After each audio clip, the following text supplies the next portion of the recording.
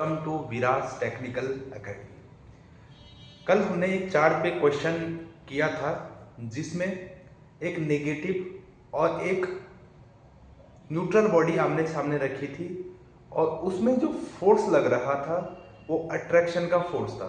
तो हमें B body पे बताना था कि उस बॉडी पे चार्ज क्या होगा। तो उसका आंसर का एक्सप्लेनेशन मैंने आपको दिया था। आज वही क्वेश्चन है बट दोनों के बीच रिपेलिंग फोर्स लग रहा है, यानी प्रतिकर्षण का बल उसमें लग रहा है।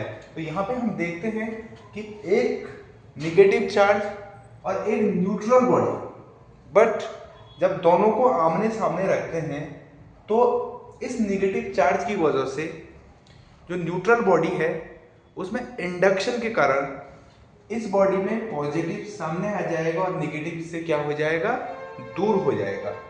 लेकिन फिर भी यहां पे बोला जा रहा है कि जो अट्रैक्शन का फोर्स है वो छोटा है किससे, रिपल्सन के फोर्स से। वो छोटा है किससे, रिपल्सन के फोर्स से।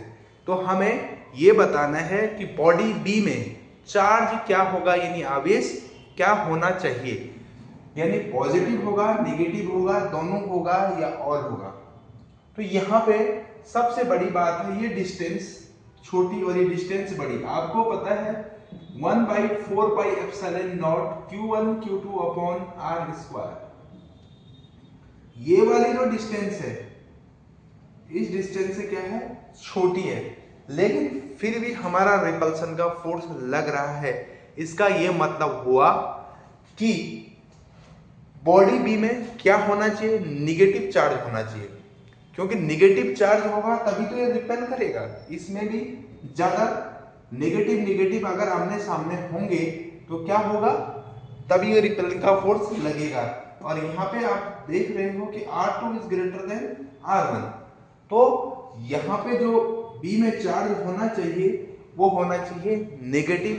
इसीलिए कहा जाता है कि अगर अट्रैक्शन का फोर्स लगा रहा है तो हम ये नहीं क्लैरिटी से बता सकते कि अगली बॉडी पे चार्ज कौन सा होगा, लेकिन अगर रिपल्सन का फोर्स उसमें है तो आप ये बता सकते हैं क्लैरिटी से कि भैया बी या सेकंड बॉडी में कौन सा आवेश होगा, कौन सा चार्ज होगा। Okay, thank you very much.